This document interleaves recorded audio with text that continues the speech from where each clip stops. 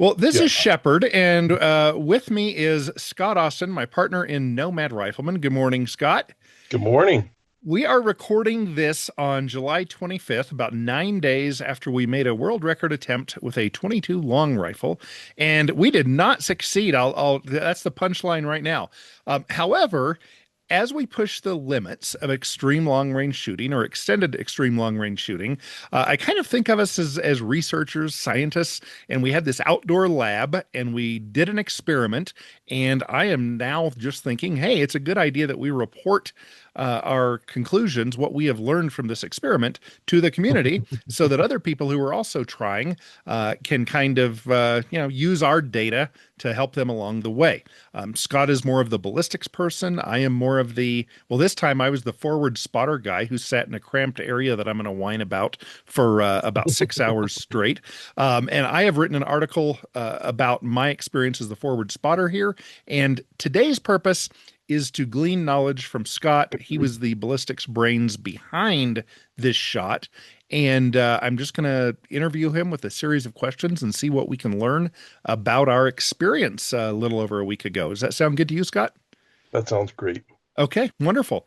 Well, I have a list of questions here. I'm not going to tell you of our secret fishing hole when we go extreme long range shooting, and we're not going to tell you the exact distance, but we will say that it was a little bit more than 1,500 yards. The current record for a 22 long rifle is, I believe, 1,445 yards. I'll have to check shootingexperience.com. That's where the records are, but I think it's 1,445, and our goal is to try to surpass that. And so the team included me. I was the forward spotter and kind of the event manager. Scott was the ballistician and the coach of the shooter. The shooter was a friend of ours, and I don't think he would mind his name being used. His name is Frank. And then also assisting Scott was our communications guy and did some recording of the experience, was a ballistician as well, was kind of trying to figure out what's happening with the bullets. So that was our four-person team who did this experiment. And so that's kind of the setup. We were at about 7,800 feet elevation, but no, 7,200 feet elevation. It was a warm summer day. What was it? 80-ish degrees or so. Yeah, towards the afternoon, we started at 65 and went to about 80. So that's kind of the layout of what we're doing. We're on the high Wyoming desert, somewhere near Boulder, Wyoming, Pinedale, Wyoming type area, that general geographic area. Light winds that day. I don't think we had anything over, what, 5 or 10 miles an hour. What did you notice? After I looked at our dope and whatnot, probably three-ish to Okay. five at the most. Yeah. So it was just a Yeah, lucky day. it was beautiful. It was the Yeah. best day we've ever had out at this location. Probably not going to catch that day again No. ever, but hopefully so. So walk me through why in extreme long range shooting, and today was a good, or the day that we did this was a good example. Why is it that we have so much trust in the last bullet versus what wind flags are telling us or our kestrels or whatever? Why do we trust that last bullet's impact point the most? It gives you real world data. It gives you exactly. I mean, there's a couple of guys in the ELR industry that have a couple of awesome quotes. One of those is Ken Ayler, and Ken Ayler of Ayler Chronographs. He says it this way, and he's an old timer in this. Um, See if I can find this. It says, "The bullet doesn't lie. You must listen." I love that. That is And good. yeah, and then of course a more contemporary to him would be Todd Hodnett out of Texas, and he says it this way: he says the bullet doesn't get to vote, it doesn't lie. So, as much as I would like to say I have all of the numbers, ballistically speaking, um, it didn't exactly work out that way. It was a matter of, okay, where was our impact? Where was our herd impact? Where was our known impact? And we were basically walking it into the target. Um, After the fact, I'm looking up the ballistics of this and going, oh, that's why this was this way, or that's why that was that way.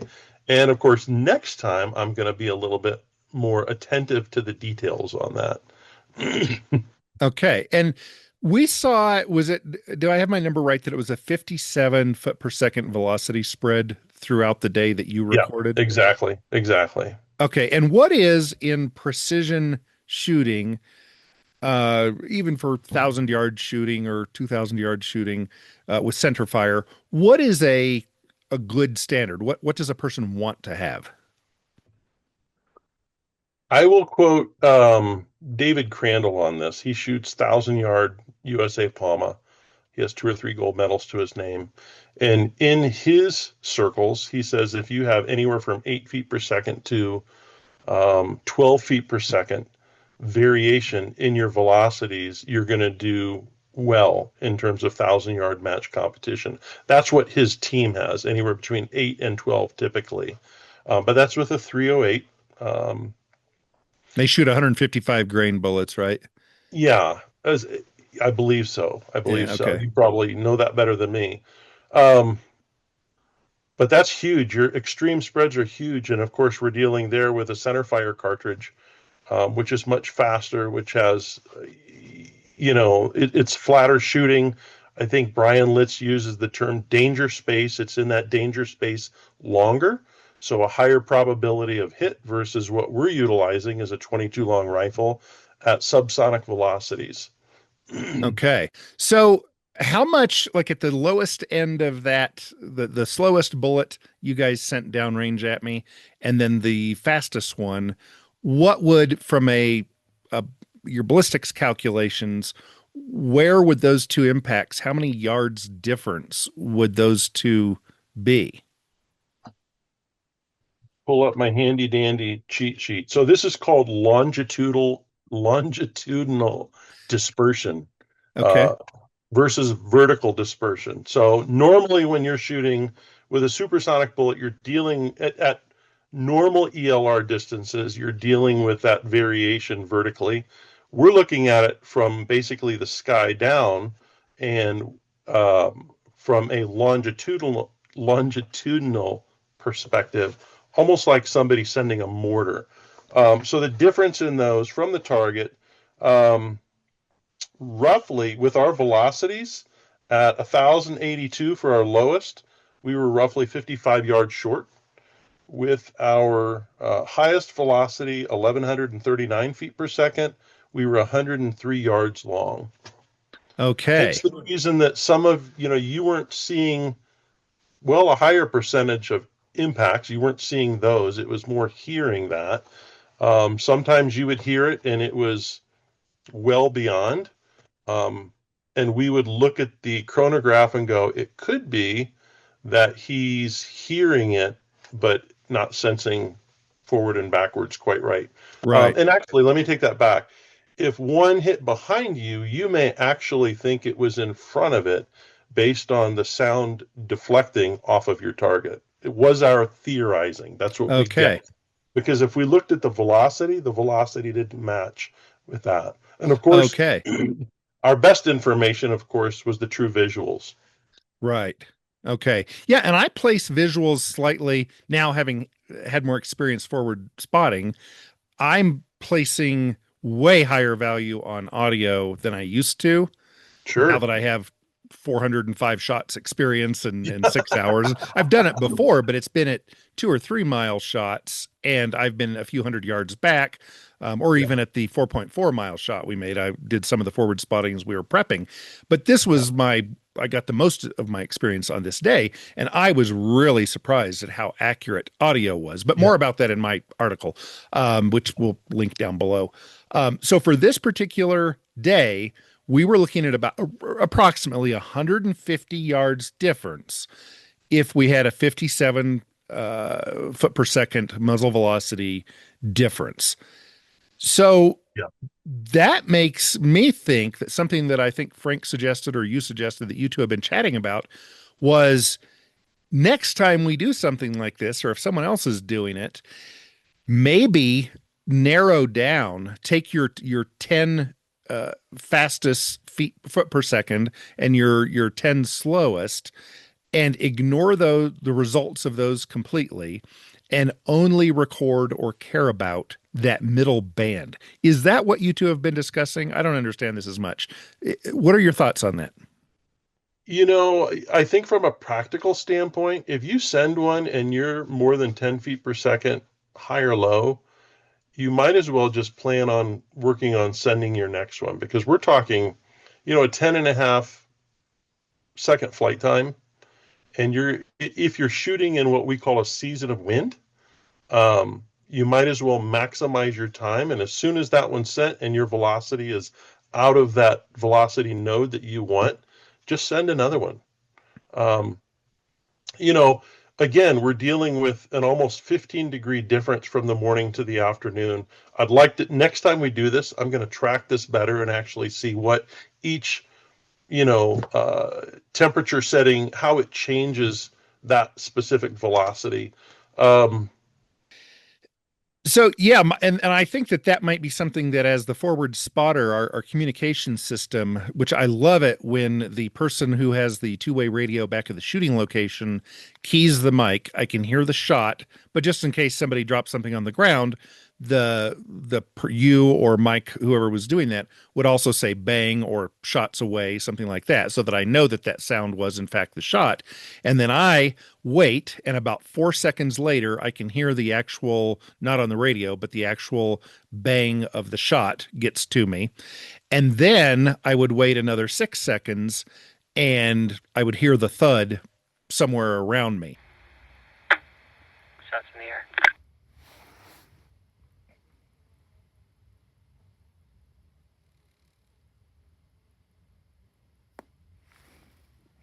Distance was even with the bunker and about 7 yards right. I think something that we might add to that, and I know that even with the awesome chronographs that we use, there's kind of a little scrambled delay between the bang and when it tells you the reading. But I think that could be handy for the forward spotter, for the person in the back, the person in the shooting area, to look at the chronograph while the mic is still keyed and say, ignore this one, or yeah, good shot. And then I would yeah, know not to care about where it lands, yeah, because I really noticed as the forward spotter that there was a difference if a few times I didn't get as good of a warning that there was a shot headed downrange, and my attention wasn't on it. And to right, really have right. all of my attention focused seemed to be a lot of help. So that's something I think I could have done differently, is ask for that additional information. And Um, maybe one other thought on that would be that we would actually give you the chronograph reading, because I think what's really helping in all of this, the more people that have the information, I think the better it is in the long run. You can start interpreting the data on your end as we were seeing it on our end. And if I say, for example, okay, and in other words, our sweet spot was between like 1100 and 1104 feet per second. You're under the speed of sound, and it's interesting when you're talking about hearing the bang. The bang is the initial crack. It's not going supersonic, so you're not hearing a supersonic crack. You're hearing the initial concussion, and that is traveling at the speed of sound to you. All the while, the bullet started below the speed of sound, and it's slowing in its course towards you. So that, hence the reason you're hearing that before the impact. All of that to me is voodoo. That's cool stuff. I mean, I get excited about that, and I'm still envious because I have not been down at the bunker position, and I want to experience what you guys experience. But let's go back to that original. Was there a question or a statement on the front end as far as? No, just that was kind of what I experienced. And then I think what you're saying makes a good sense, especially if we were doing an audio recording. That would be good as a backup to our scribbled notes, to say when the person fires the shot, have someone on the shooting team say, shots away, 1103 feet per second at 83 degrees Fahrenheit. Yeah, And then there would be that multi-hour, unless we're fortunate enough next time to get it in 5 minutes, there'd be this multi-hour recording or set of recordings that we could just have AI put into a nice clean spreadsheet of what sure. each data point was. So yeah, no question there. That was just kind of a wrap up. Okay. And what did you think? And I'm going back to when we were in 2022. when we went for the world record with center fire. And I think that my number was 1 in 1,000 or 1 in 10,000 was our probability of success that day. And I believe you were really cocky and were saying something to the effect of you thought it would be, more closer to 1 in 300. Am I Yeah, remembering that accurately? yeah. Okay. I think, if I'm not mistaken, I think you were 1 in 100,000, if I'm Okay. not mistaken. I think I was 1 in 400-ish, if I Okay. remember correctly. And we ended Um, up from a 69 shot data point saying that it was yeah, 1 in 69, and we didn't keep shooting 400 or right, 100,000 times, so we don't really right, know. But from the small data set we have, it would in fact be 1 in 69 at this right, point, which right. was the also the hit ratio for Paul Phillips' team Global Precision some years before. Theirs was 1 in 69 also. They got Yeah, it on their 69 shot. yeah. um so, and by the way, I think I'll just turn comments off for this video so that the overweight people on their couches who want to second guess us can just kind of buzz off. I don't really care what they have to say this time. So for those of you who are serious ballisticians, have actually done some shooting beyond normal ranges, like for a 22 caliber, if you consistently shoot a 22 beyond 1,000 yards, 22 long rifle, be in touch with us. We're happy to chat Yeah. and share information and such. And same thing with extreme long range shooting. If you regularly shoot beyond a couple miles, we are very happy to chat back and forth. We just are going to kind of get rid of the noise. So for this particular 22 long rifle shooting, what did you go into the day thinking our possibility, our probability, our hit ratio, hit probability would be? I'm kind of ashamed to say this, but zero. Okay.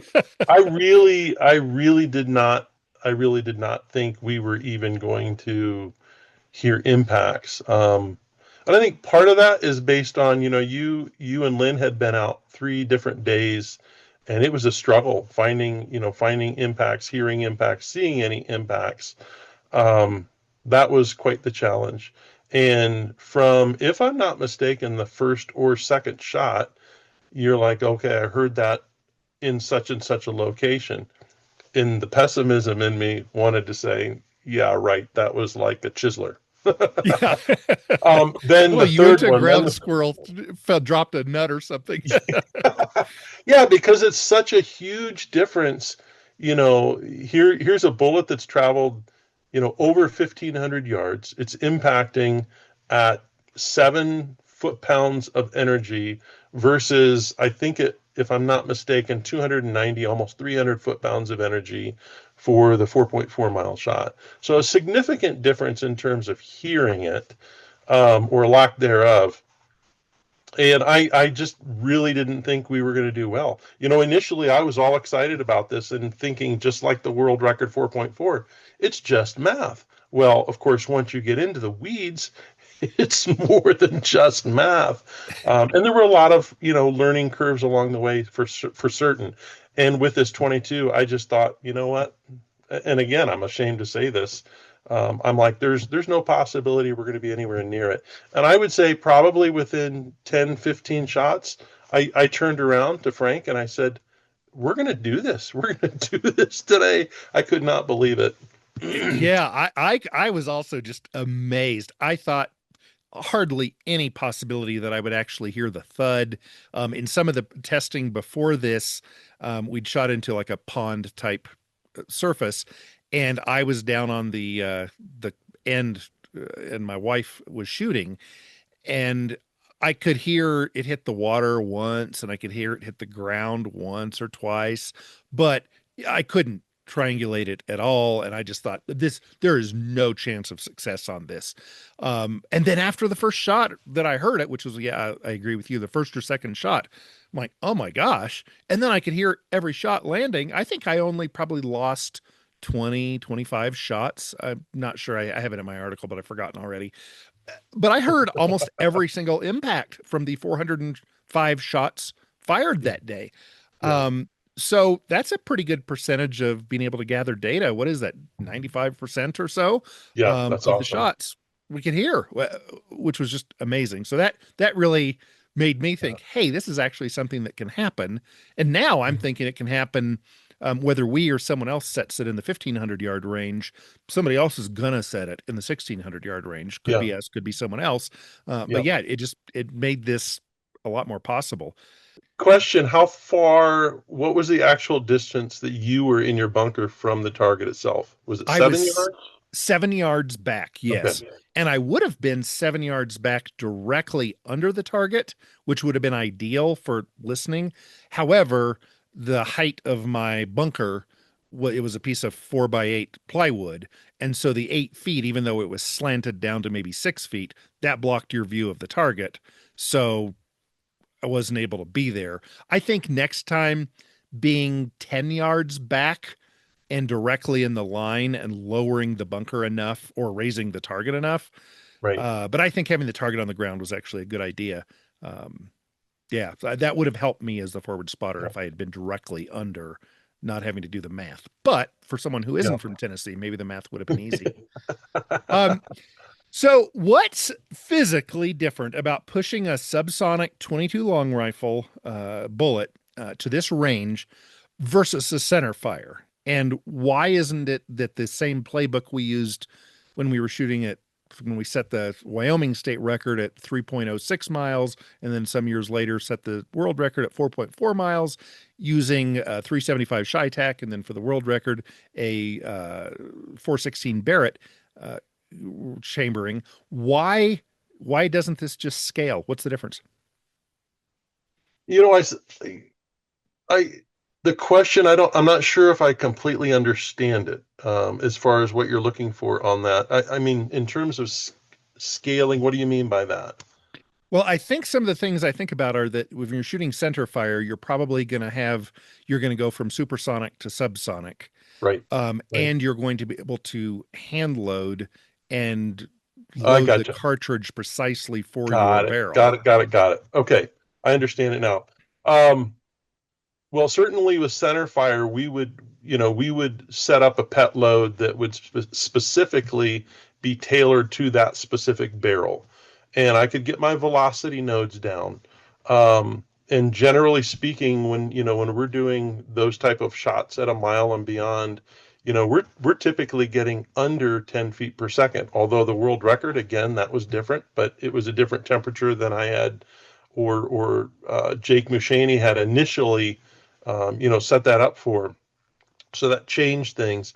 But with a 22 long rifle, you don't have that option. Not only do you not have that option, but it's going to change from lot to lot of ammunition. I can't hand load 22. You can technically, but you'll never get your extreme spreads anywhere close to even basic factory. So you are relegated to utilizing the best ammunition that you have been able to find, shooting those shot to shot, lot to lot.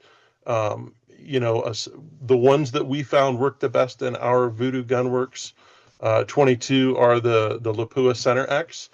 And I think when I initially tested that, and I don't remember the specific lot number of that, but I was getting around 12 feet per second, and I was pretty stoked. Yeah. But of course, as you can see from the other day, that particular lot, which arrived 2 days before our shoot, was considerably different. And here's the thing, it might have done better at a warmer temperature or a cooler temperature. Or a different barrel. For sure, a different barrel. But there are so many more variables shooting rimfire than there are center fire in terms of being able to have control over your cartridge and over your ballistics. Of course, your environmental ballistics, you don't have control over that. You're basically just chasing that for the day. But your cartridge ballistics, of course, yeah, you try to maintain or control as much of that as you can, and you just can't with a 22. Okay. There were some shots that just didn't make sense whatsoever, and I've researched this a little bit. So, for example, we would be right in that 1100 to 1104-ish foot per second range, and of course, as soon as we see the number, we're like, okay, this is the one, and we would get the communication back that, oh, you were 10 yards long or 10 yards short, and we're just scratching our head going, what in the world? And there is a good possibility, because of the time of flight, the distance, and the height that that's going at, that different layer of atmosphere, that we were dealing with some issues with thermals, pushing it up or pushing it down. Again, that's a much lighter bullet than we were shooting for the 4.4 mile shot. So any type of thermal activity is going to have more of an effect on it than it would a 422 grain bullet. Right. And how many grains was the 22 pill? 40 40. grain? 40. Yeah, Okay. 40 grains. So here's a question. We've talked about this with the 4.4 mile shot. But I'll ask it about this one too. Spindrift, Coriolis, transonic effects. What things came into play that really mattered? Not just technically, maybe they did, but they were hidden in the weeds. What really mattered on this? If I'm not mistaken, Coriolis was under 2 minutes of angle, like a minute and a half. I'd have to look through my data, and I will send that to you. I'll get the exact on that. So that wasn't much of an issue. The subsonic realm, you have the advantage that you're not dealing with a destabilization of your projectile, and that was proven in the fact that those holes on your bunker were perfectly round. I mean, they were going in, point or round nose in. They weren't tumbling in any way, shape, or form. Right. Which that would be the difference between trying to tailor a load for shooting extreme long distance in a center fire. If you have too long of a bullet with not enough twist, you're going to end up, that bullet's going to tumble at some point. We also know on our 4.4 that was a stable bullet. We actually have the video and the picture of that bullet in flight, and we could see the holes in the ground, which were nice small holes. So yeah, there's some advantages in shooting a subsonic, and of course the disadvantage has to do with the weight that you're shooting. The weight of the bullet is so light. Right. Okay. Yeah. So environmentals have much more of an effect on it. Okay. Yeah. And for Coriolis, since we didn't even get, I think our nearest shot was probably within single digit inches away from the target. I don't know exactly, probably 3 or 4 inches away from the target. Target was 24 inches wide, 48 inches high. But yeah, Coriolis, a lot of people asked us after some of our other long distance shooting. People are trying to prove that the Earth is not spherical, and we are not the people that are going to prove that. The Coriolis matters. If you picture your old Lincoln car traveling down the highway, and it doesn't get as good a gas mileage as you want, and you think maybe it's the hood ornament. The hood ornament is how much it matters. That isn't what's causing your good or bad gas mileage. Same thing with our shots is, yeah, maybe there is a microscopic amount of drag that the hood ornament on an old Lincoln causes, but that's not why that car is getting that particular gas mileage materially. So I kind of Right. I think this was similar. Here's another question. If you could start over again, well, first tell me a little bit more. You named the rifle, but tell me a little bit about the rifle that you used. And if you could start over with an unlimited budget, what would you do? Honestly, with the rifle, I don't know that I would do much different. So it's a Voodoo Gunworks. Their V22 360, so the 3-lug version, Gen 3, 22-inch barrel, MTU contour. So it's a much heavier barrel. Much of the specifics and the details on what we chose for this rifle came directly from Greg Roman. And I'll give you, he's no longer with Voodoo. Voodoo's no longer in St. George, but he was instrumental in how we built that rifle up. And he had a number of other guys that were shooting extreme distances with a 22 and gave me thoughts on what they were doing. And if he was going to build it, what would he do? And he was the man that I was looking to give. And I still trust that to this day. So 22-inch barrel, 1 and 16-inch twist, Bravo chassis. Oh, With you broke up. What was the chassis again? It's a KRG Bravo chassis, and it has the mount You forward. froze up again. Sorry about that. it has the NV Picatinny mount forward of the scope so that we can mount our Charlie on it. Has adjustability in the stock, so for our, of course, I can fit that to them specifically. I like that aspect of it, of course. But I don't think I would change any. A Vortex Gen 2 Razor 4.5 to 27 by 56 scope on that. That has been a workhorse for us for a lot of our precision. Using spur mounts, ring mounts on that. LRA long range accuracy bipod, which is my favorite of pods. And then of course the Charlie track to give us that extra, 100-ish minutes of angle more elevation if we And you need it. broke up again. What did we have the Charlie set on, and what was our total MOA? So our Charlie was set for 700 minutes of angle.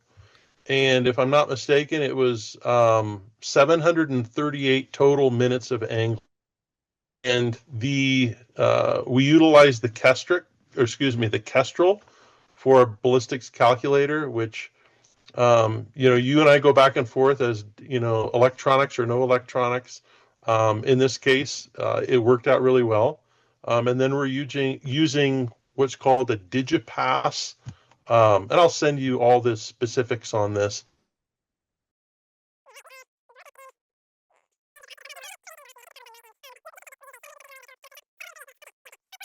For us, because sometimes in the And Scott, morning. I haven't heard anything in the last minute. I think the problem's on my end. Okay. You just had said that we used a 700 and something MOA was our total come up for the shot. 738 minutes. Okay. Yeah. Okay. Well, I think since we're having technical issues, probably on my end, maybe we could eke out one more question here. Sure. Did you true your ballistic solution in the Kestrel against the impacts that we were noticing, or was it kind of like that's just to get us close, and then we use the real world impact points to go in?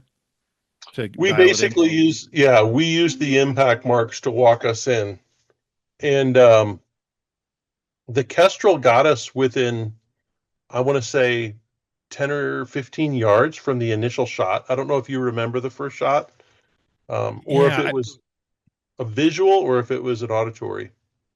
Yeah, it was an auditory, and I believe it was 20-ish yards to the right.